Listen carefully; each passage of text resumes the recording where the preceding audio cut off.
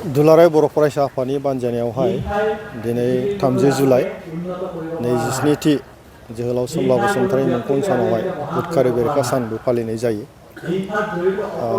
बे बुब्लियावहाय आं गिबियावनो जोहोलाव सोमब्ला बसुमतारीनि जिउमाया जाहाथे सोरगोआव आलो गोजोनै थानो हायो बेनि थाखाय इसोरनि खाथियाव आरज गाबबाय।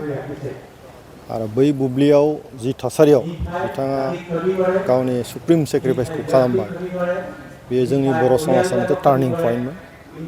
आरो बर' समाजावहाय जि गावजों गाव बिदा फंबायनि जि मोनसे बुथारलायनाय जि थासारि बेखौ जेरैखि जायाबाबो फोजोबनांगौ बे बाथ्राखौ सिन्था खालामनानै दुलाराय बर' फरायसा आफादा उदखारि सानखौ बिथांनि थैनाय सानखौ फालिबोबाय थानाय जादों। ओंथिया बेनो जे बर' समाजाव मोनसे गावनि राजखान्थि मोन्थायखौ लानानै संग्राम खालामगोन बेवहाय खुनु कमप्रमाइज गैया।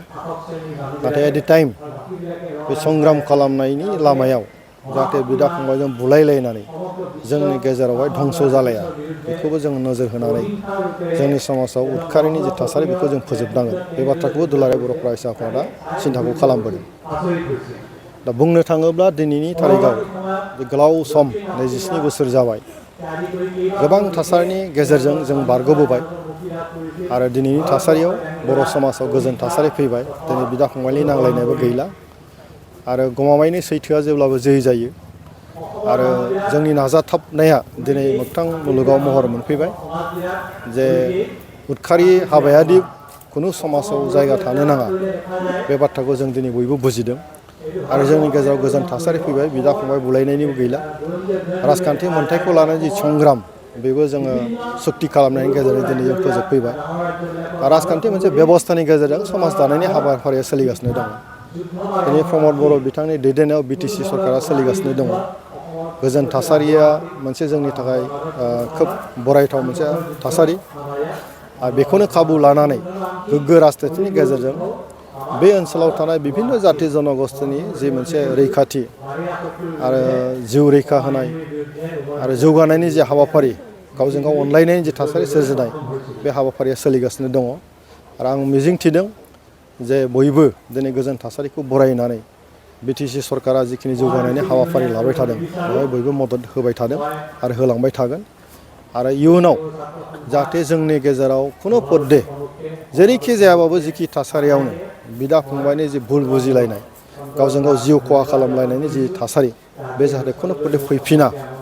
जिखि थासारियानो जाया मानो जाहाथे फैफिना। जुक्तिबादि जा जों बयबो मोनसे थासारिनि गेजेरजों सावरायलाय सोर मोजां जादों सोर मावदों सोर मावाखै बिनि सायाव जोङो मोनसे गावजों गाव बिजिरलायनो हायो बुंथिलायनो हायो गावनि बाथ्राखौ जों फोरमायलायनो हायो।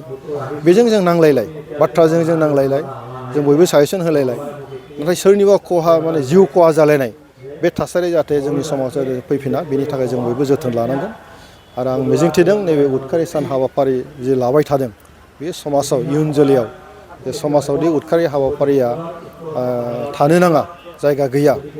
आरो दा उदखारि सान फालिनायजों लोगोसे बेवहाय माखासे हाबाफारि लानाय जादों जे ड्राग्स जे जोंनि उन्दै उन्दै जे जाखांफुनाय जि सेंग्रा जाहाथे जे फेग्रा मुवा बेसादजों जाहाथे गब'आ ड्राग्स जानानै जाहाथे जिबना धंस जाया बेनि सायावबो मोनसे एवारनेस दिनै लाबोबाय थानाय जादों। बे गासै हाबाफारिया समाजाव मोनसे मोजां मोनसे मेसेज थांगोन बाथ्रा फोसावजाबाय थागोन। आरो आं सानो जे दिनैनि थासारियाव जोङो ड्राग्सजों गब'नायनि जुक्ति गैया। गावजों गाव जुक्ति गैयालासे नांलायनायनि बाथ्रा गैया। जे गोग्गो समाज दानायाव बयबो जुक्तिबादि रावजों जाहाथे बाहागो लायो आं बेखौ खावलायगोन। आरो फैबाय थानाय समाव जों गोग्गो समाज दानायाव बयबो जाहाथे बाहागो लायो बेखौ आं खावलायगोन। PM Institute of Paramedicsआव सोलोंसाफोरनि मुं थिसननाया सोलिगासिनो। क'क्राझार सोहोरनि जेटी रोड गोजोनपुरी गांजेमा बाजारनि उल्था फारसे साखाथियाव थानाय आइ आफा BM Institute of Paramedics सोलोंथाइ फसंथानाव सोलोंथाइ लानायनि गेजेरजों सोलोंसाफोरा साख्रि मोननायनि खाबुखौ खालामनानै लानो हागोन। भारत सेवक समाजजों गनायथि जानाय बे फसंथानाव 2 बोसोर समनि थाखाय medical laboratory technology BSS diploma, assistant nursing, first aid patient care, dialysis technician, OT technician, physiotherapy डिप्लोमाजों लोगोसे 1 बोसोर समनि थाखाय ICU टेक्निशियन, रेडियोलॉजी टेक्निशियन डिप्लोमाखौ लानो हागोन। बेफोर डिप्लोमाखौ आबुङै सोलोंथाइ लानायनि गेजेरजों सोलोंसाफोरा गोरलै राहाजों साख्रि लानायनि खाबु मोनगोन।